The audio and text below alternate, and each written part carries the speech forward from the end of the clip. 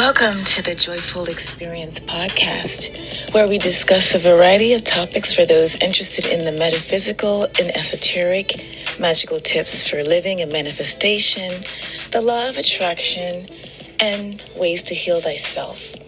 My name is Kat, known as the Joyful Healer on social media, and I am a queer Afro-Indigenous medicine woman, healer, internationally published author, artist, and energy healing educator. Hey everyone, welcome to the autumn edition of the Joyful Experience podcast. It's been a minute, right? It's been some time in the making getting to this episode. I really am enjoying the slower process of putting this podcast together and moving more into a seasonal thing instead of like a weekly thing. We'll have to do what fits for us and what allows us to operate and to actually accomplish our things and our goals and get stuff done all the way through. And sometimes that means managing your projects or your creations in a way that is a lot more feasible for you, right? So if you are a creative and you struggle with finishing projects and completing things, I just wanted to share a little bit of advice on that. And it's to be patient with yourself and forgive yourself for not finishing things all the way through. But moving forward, perhaps shifting your perspective on how to make things happen for yourself consistently. And that might mean doing things differently. That might mean breaking down things in a different fashion or a different order in the way you normally do.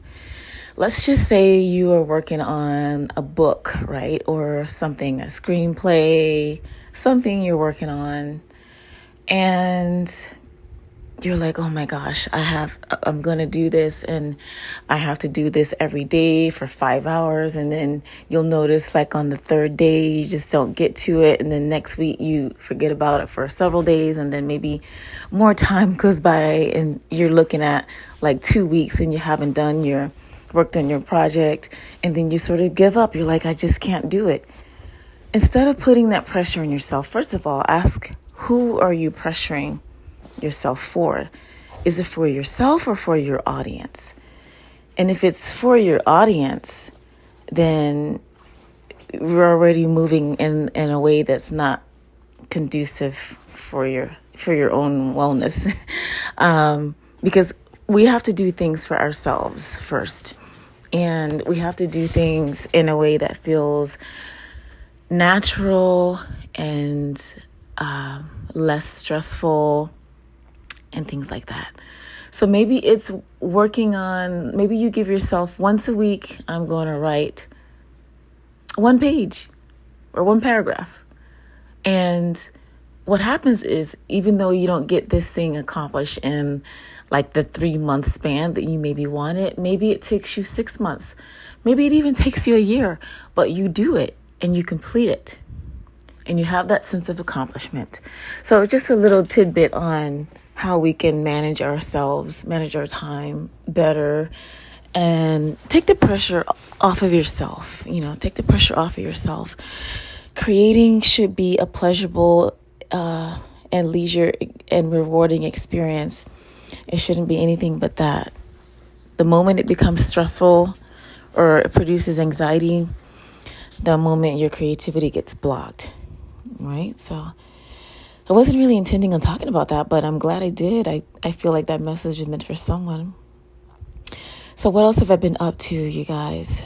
First of all, I want to thank anyone who is a new subscriber here on the podcast or on my YouTube channel, the Joyful Healer channel. I welcome you, and I'm so glad that you're here. I appreciate each and every one of you. That actually brings me to another subject that I've been wanting to talk about. I've really been getting into, sort of building my bandwidth to accommodate a new spiritual community. And it hasn't been what I've expected, when you sit with spirit a lot, you actually get that inspiration and that guidance from whatever you want to call it, source, your ancestors, your higher self, your angels, your guides, your galactic cosmic family. They're all there to help you. And yeah, so I get synchronicities all the time. I literally have days where when my daughter's in school and I'm all alone, I actually have that time to really get into myself. And so sometimes I go on YouTube and I get so many messages on there, which is so interesting. Like, I'll be led to a specific message, a specific video, content, information, whatever it is. And it's literally meant for me. It's literally been something I've been thinking about, that's been on my mind, or questions I've been having. So it's kind of like the universe has been communicating with me. And that can happen to anyone. If you're open to synchronicities and messages, you can receive it. And I don't really have the in-person support network right now that I'm aligning with that, and I feel that. But meantime, it's maybe even like a preparation to deal with more people in person, because I'm receiving so much love. It's amazing, so much support and love that the divine sends me in the form of other people that I never even expected. And it's just crazy. And I'm like so grateful for it. So yeah, you build your spiritual community based on the algorithm of the energy you put out. Excuse me. I'm recording this in the morning after waking up shortly. So my voice is kind of cracking a little bit. Apologize for that if, you're picking up on that. But yeah, it's been really special receiving healing, just being in receiving mode. Actually, I do so much in giving and doing mode that sometimes it's just a really good feeling to sit back and just be in that receiving mode, right? Just receiving information, guidance, and love from the divine. And it's been really deeply healing for me. So anytime if you have a platform of your own and you are out there putting out positive energy, information, wisdom, guidance, support, comfort, please know that you're so needed and the right people will find you. I talked about this, I don't know if it was a video or a previous podcast, where we have an energetic audience that awaits us, right? So people will put out videos, podcasts, books, what have you, and there are people in the quote unquote future, which is within the quantum field, waiting for that content, waiting for that information. And so you do yourself a disservice by not offering your gifts to the world, by being shy and saying, oh, I don't know what people are going to think about me, or, oh, there's people that are hating on me. If I do this thing, I'm going to appear bigger than life and people are going to criticize me or judge me. It's fine if they're going to do that anyways, whether you feel shy or not, whether you post it or not.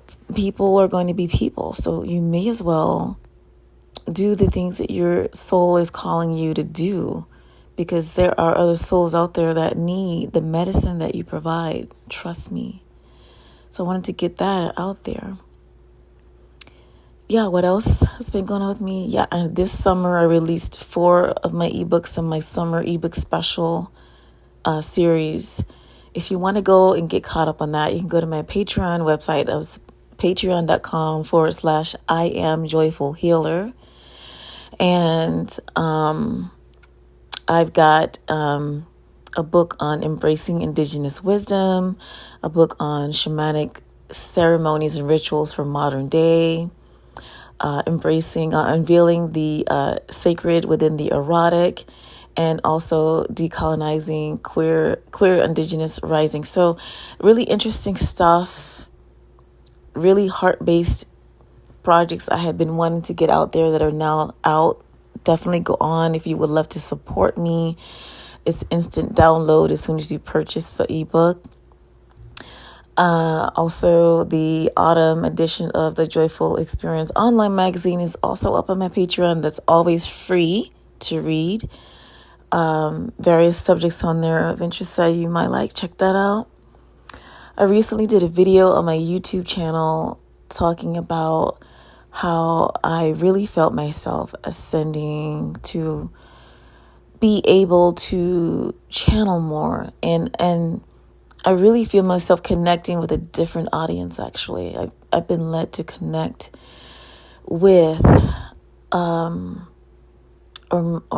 people who are on a high vibrational path, and also people who I feel that are light workers, star seeds, chosen one. These people who are operating in higher frequencies and higher realms of existence.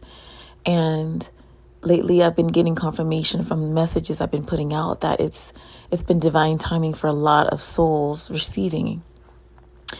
So I'm grateful for that I will be a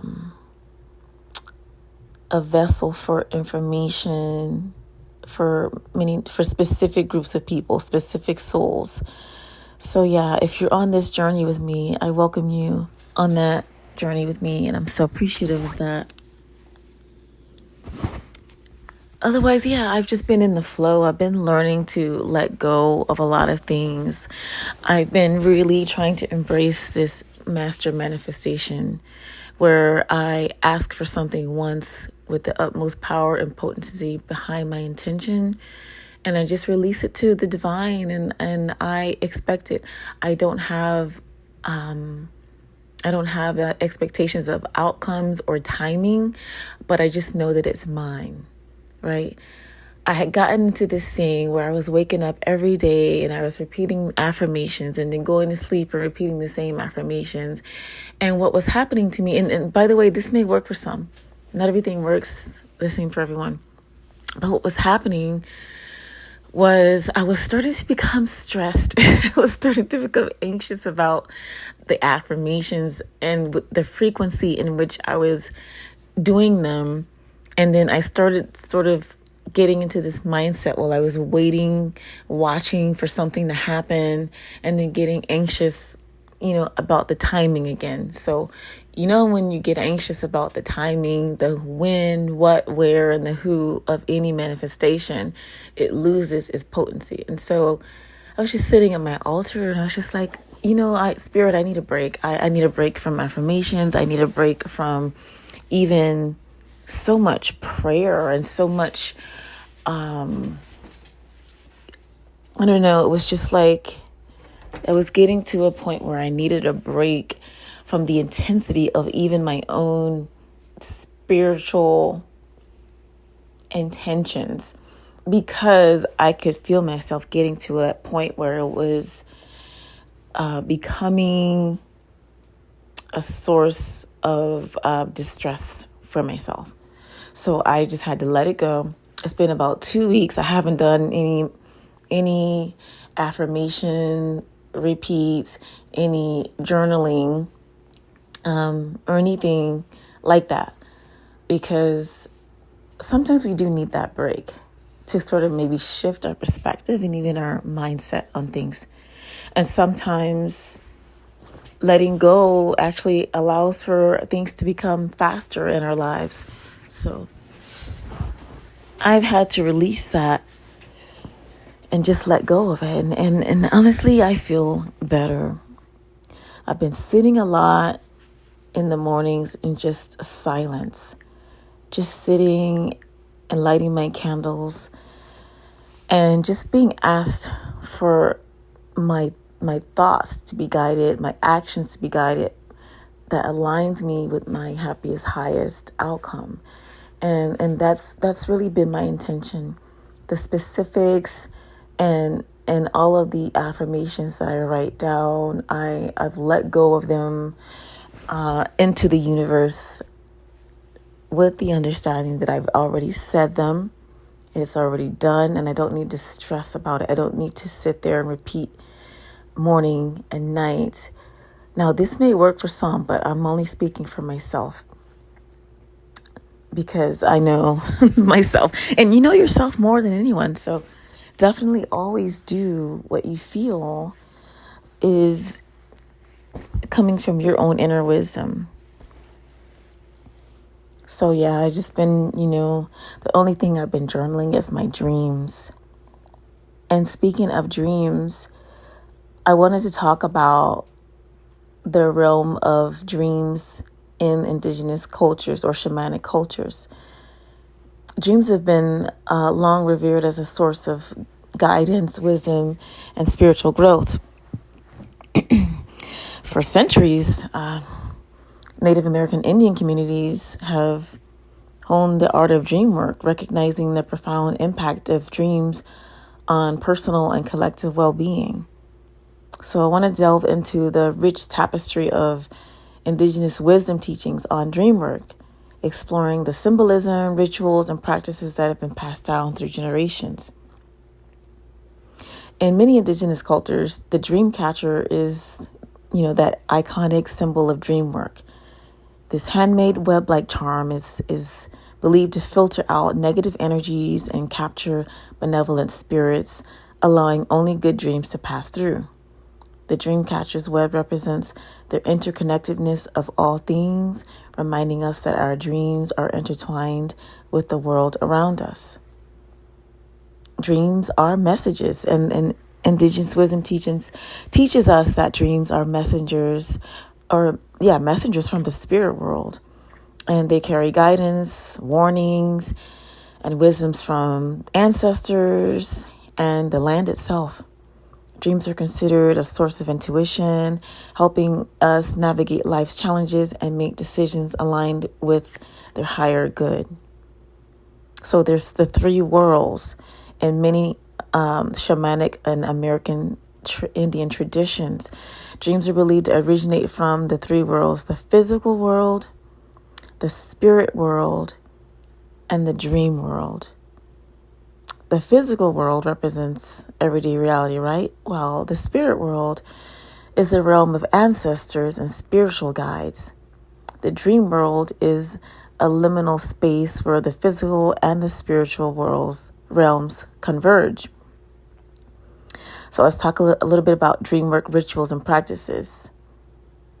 Indigenous cultures have developed various rituals and practices to honor and work with dreams. And, going back to one of my books, my two books, Embracing Indigenous Wisdom and Shamanism, I just want you to know that I've shared with you guys so many of my rituals in those books, so many rituals and practices. There are rituals for seasons, for different intention setting. So definitely check it out. Like if you're really into ritual and shamanism, check it out. And there's a lot more in there as far as dreams are concerned as well. So yeah, keep a dream journal as well to record and reflect on your dreams. Share your dreams with elders or community members that, may be able to help with interpretation and guidance. And that's specifically why I wrote the book, because although I don't consider myself an elder quite yet, I'm getting there. I'm in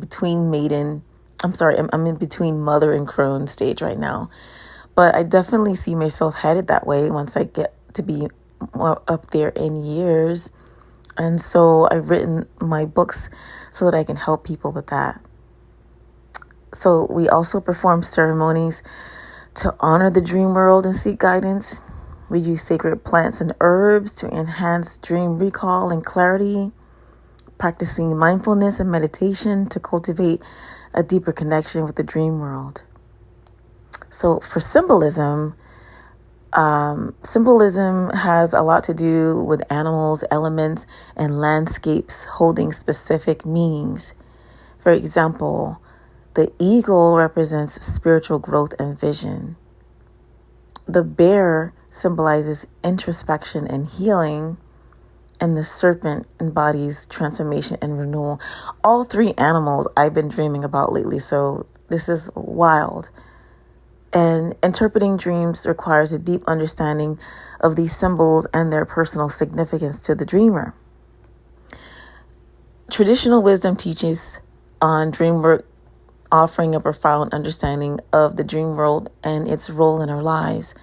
By embracing these teachings, we can deepen our connection with our own dreams, the natural world, and the spirit world. And as we weave the wisdom of our ancestors into our modern lives, we may find that our dreams become a powerful source of guidance, healing, and transformation. I know it has been for me. Remember, the Dreamcatcher's web is an ever-present, filtering out negativity and capturing the benevolent spirits that guide us on our journey. May we honor the dream world and its messengers, embracing the wisdom that lies within. So let's explore dream walkers, shamanic lucid dreams, and visiting others on the dream plane. In the realm of indigenous wisdom and shamanic traditions, dream walking and lucid dreaming are revered as powerful tools for spiritual growth, healing, and exploration. These practices allow individuals to navigate the dream plane with intention and awareness, visiting other realms and encountering various beings. Dreamwalkers are represented. Dreamwalkers are the shamans of the dream realm, and they're represented as those who can intentionally enter the dream realm, navigating its vast expanse with ease. These skilled practitioners possess the ability to enter dreams of other people for the purposes of healing, guidance, or wisdom. This is really important, the integrity of the dream shaman that you may be working with. There are people who use dream walking for negative means, just like magic, just like any other tool. It's the individual that makes this a positive or negative experience, right? Dream workers can also communicate with ancestors, spirits, and other beings on the dream plane, retrieve information, wisdom, or power from the dream realm, influence the dreams of others, promoting protection and guidance. Shamanic lucid dreaming involves entering a dream state with conscious awareness. Anybody ever do that on purpose or unintentionally?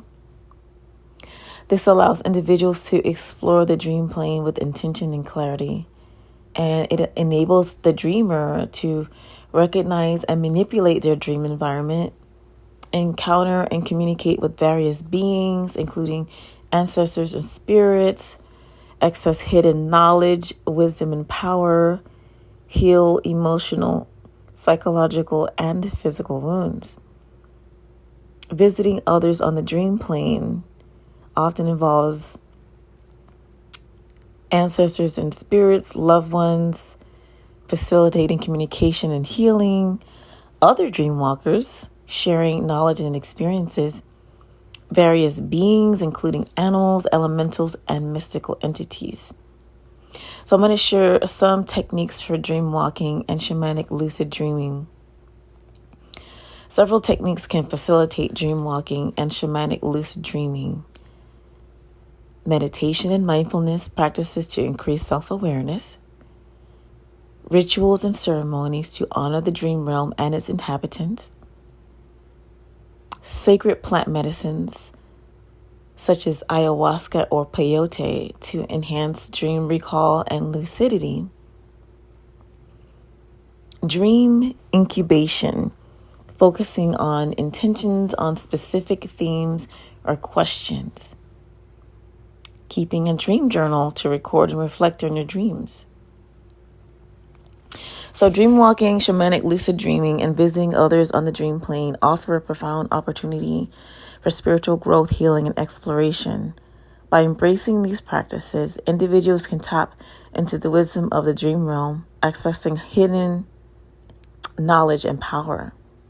As we venture into the mysteries of the dream plane, let's remember to approach this with respect, humility, and an open heart.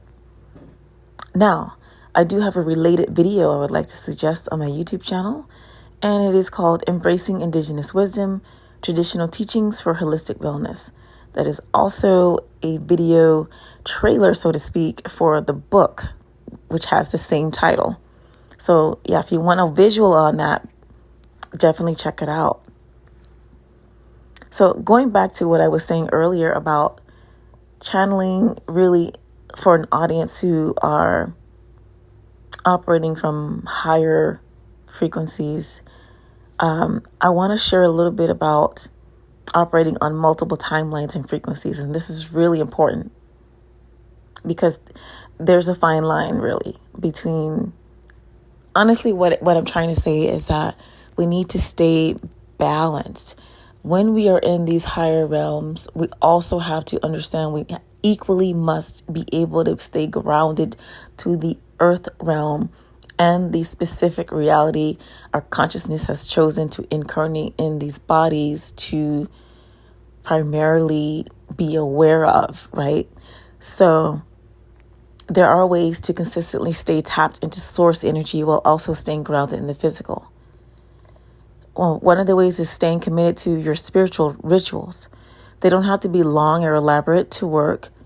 Journaling when you feel led to, affirmations, time sitting in stillness with self, sending prayer requests to the universe, being aware of synchronicities, guidance, and communication from the divine.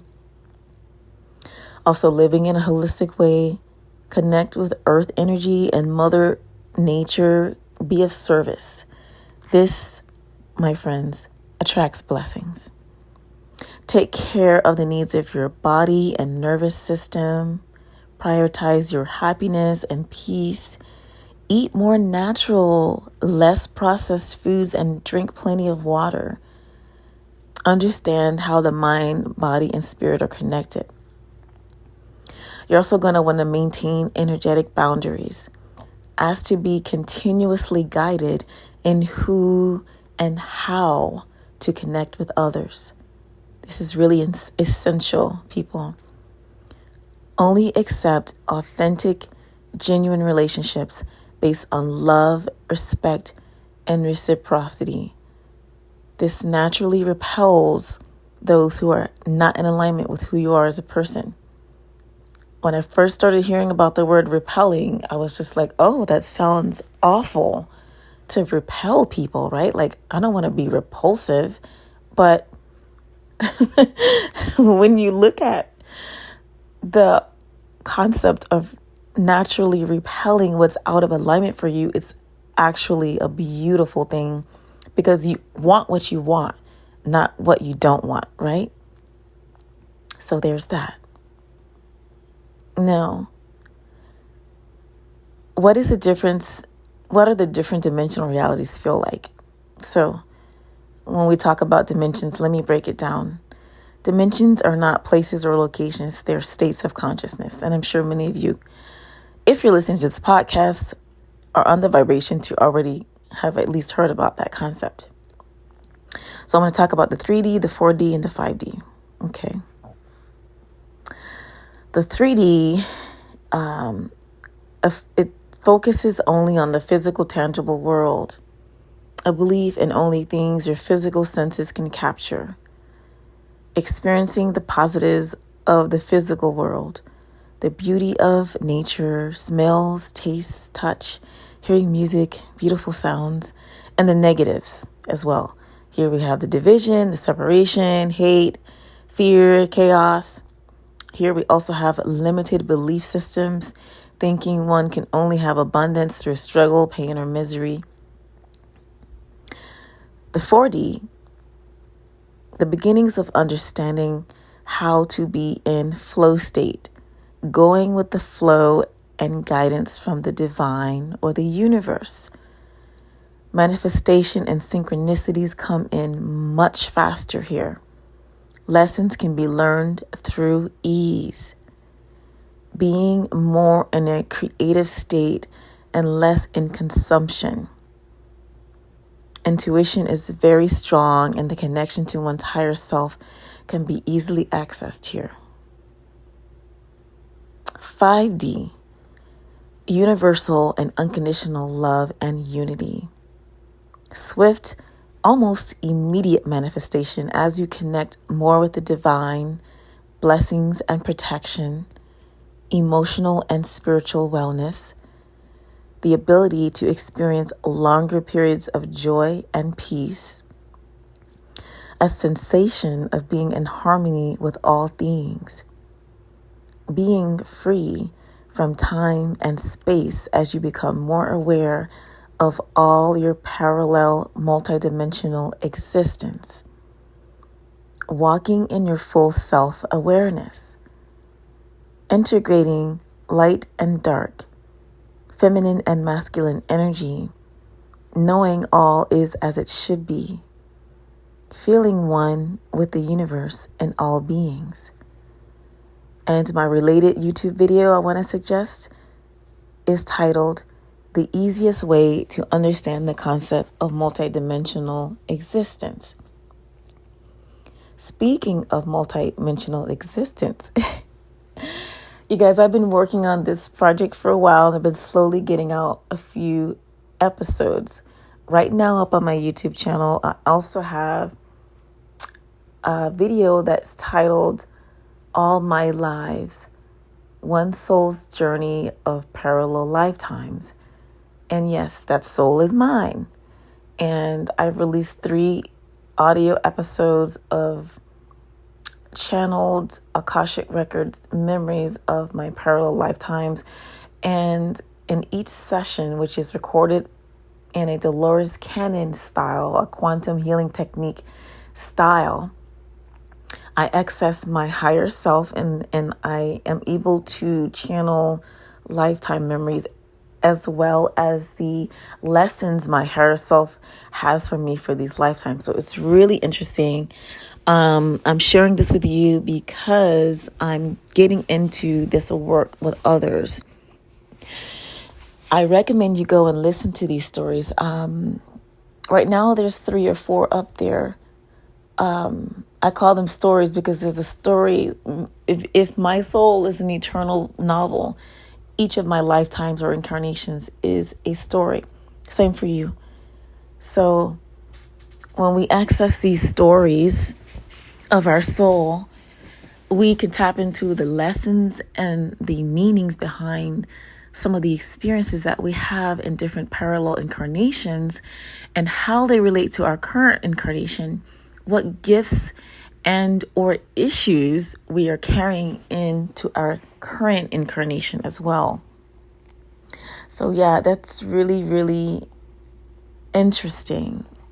And I will be having sessions available for people who want to reach out and dive into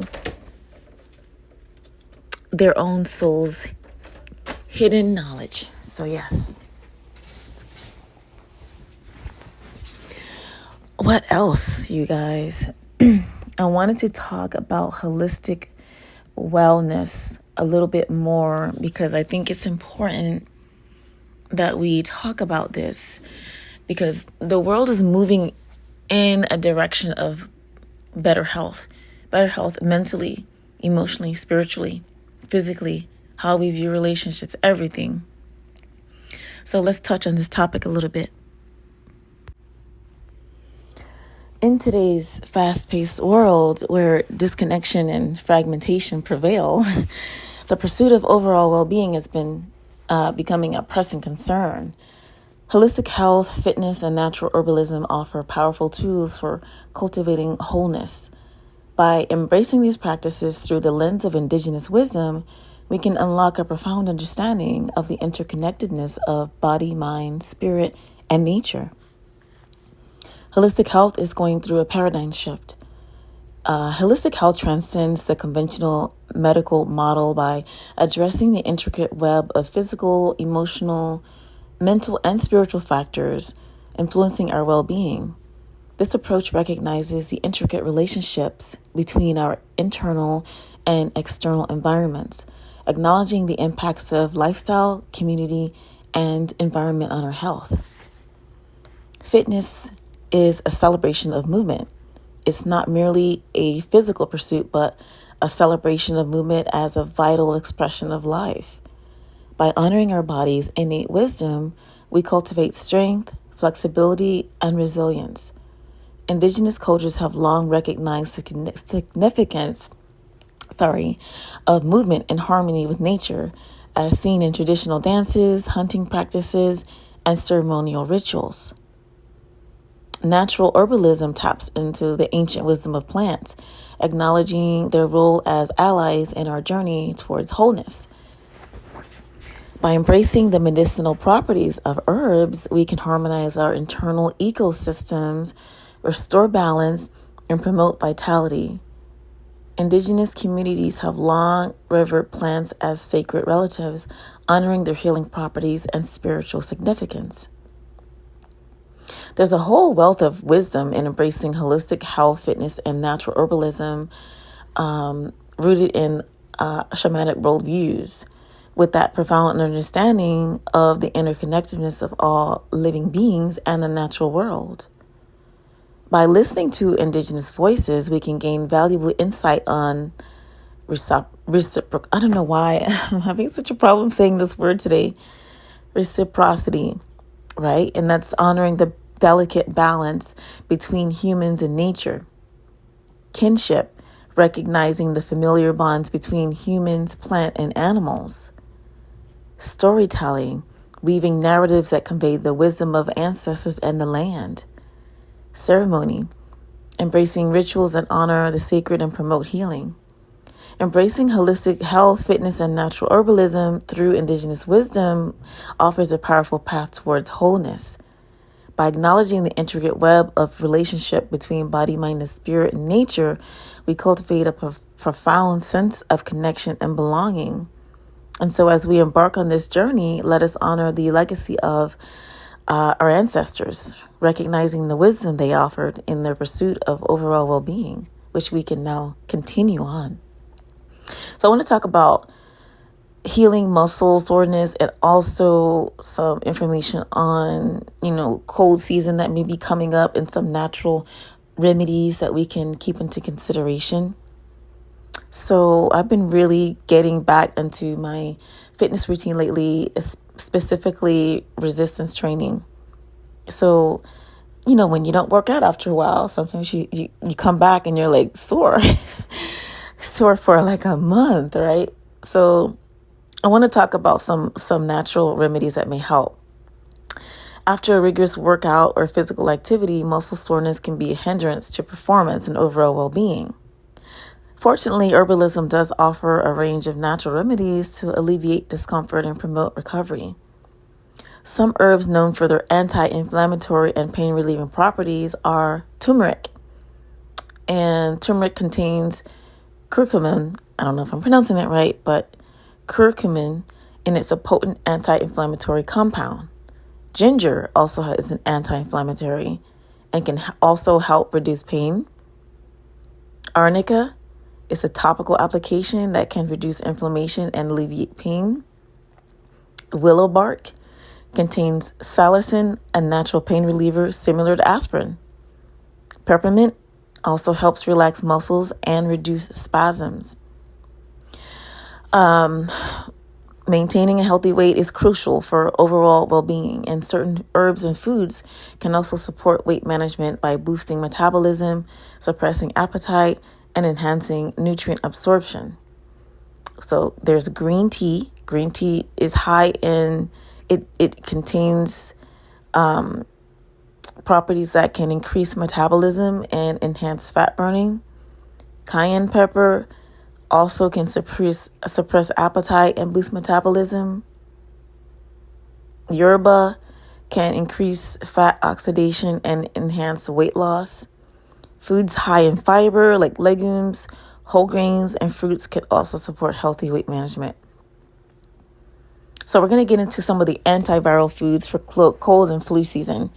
And as it approaches here, we want to incorporate some antiviral foods into our diet that can actually help boost our immunity and reduce the severity of the illness. Garlic contains compounds with antiviral and immune boosting properties. Onions, they also have antiviral properties. Mushrooms, various species. Certain mushrooms contain antiviral and immune boosting properties as well. Citrus fruits, high in vitamin C, and they also reduce the severity of a cold or an illness. Elderberry is, has antiviral properties and can reduce inflammation. By incorporating these herbs and foods into your diet, you can provide natural support for muscle recovery, weight management, and immune function. So it's essential, however, to consult with a healthcare professional before using any new herbal remedies, especially if you have underlying health conditions or take medications. I'm not a medical professional, so I do suggest consulting with one. So I'm going to talk also about the energetic impact on food on our spiritual path. This is my little section I call Ascension Hacks. You want to nourish the light within. As we embark on our spiritual ascension journey, my friends, the energetic impact of food plays a vital role in our ability to hold more light in our bodies. The vibrational frequency of our sustenance either supports or hinders our ascension process. So consuming high vibrational foods such as organic fruits and vegetables, whole grains, amplifies our energy and facilitates the integration of higher frequencies. These foods contain light-encoded nutrients that nourish our cells, allowing us to embody more light and elevate our consciousness. Essentially, foods that are grown in nature, on the ground, in trees or in plants that are absorbing sunlight and water. On the other hand, low vibrational foods like processed and dense substances weigh us down and hinder our ascension.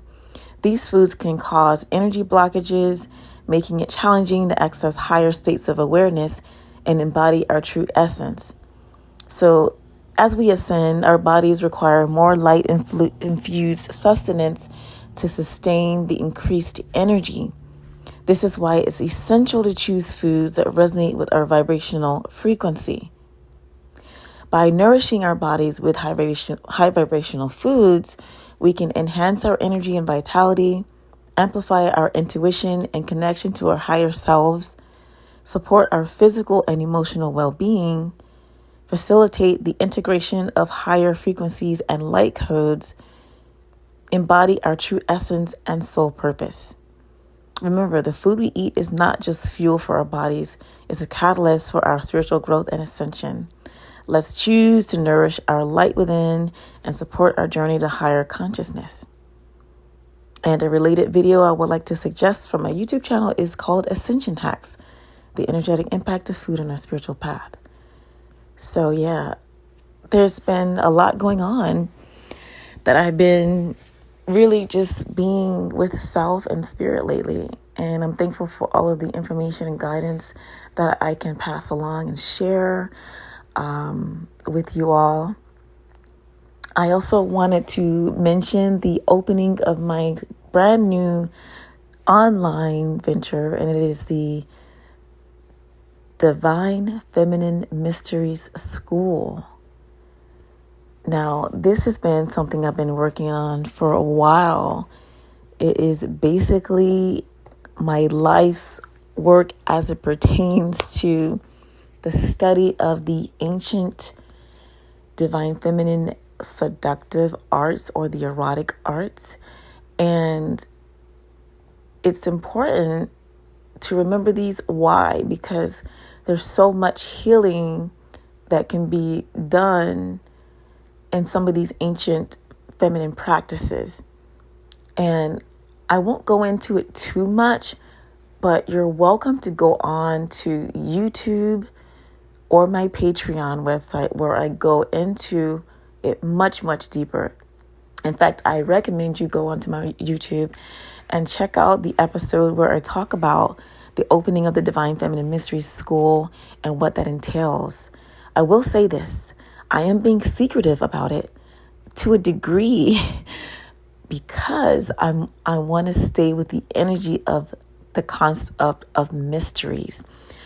every month, a new divine feminine mystery teaching will be revealed on my school.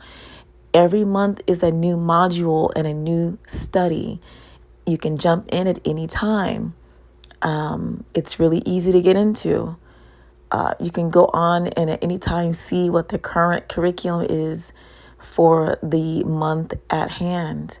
So yes, take a look at that if you've ever been interested in things like Tantra, Kama Sutra, Dakini work, which is tantric priestess healing work, the geisha traditions, the studies of the goddess cultures of all of the world's pantheons of goddess culture.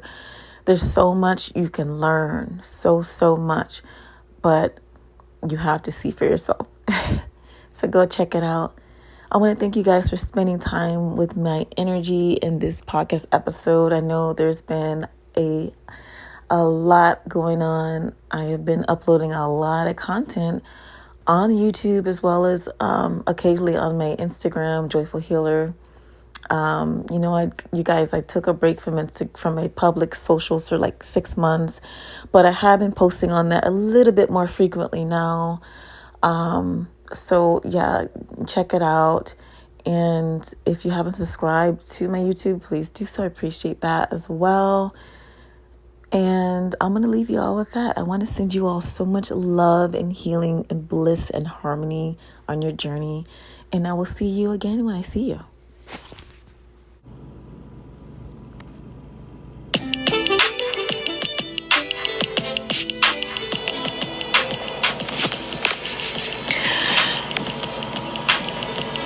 If anyone has any questions or comments about this episode, I would be curious to know what you guys' opinions or questions would be. And feel free to contact me on all my social medias, and you can send those questions in. Or if you have any questions that you would like me to talk about in the future, I would definitely also welcome those.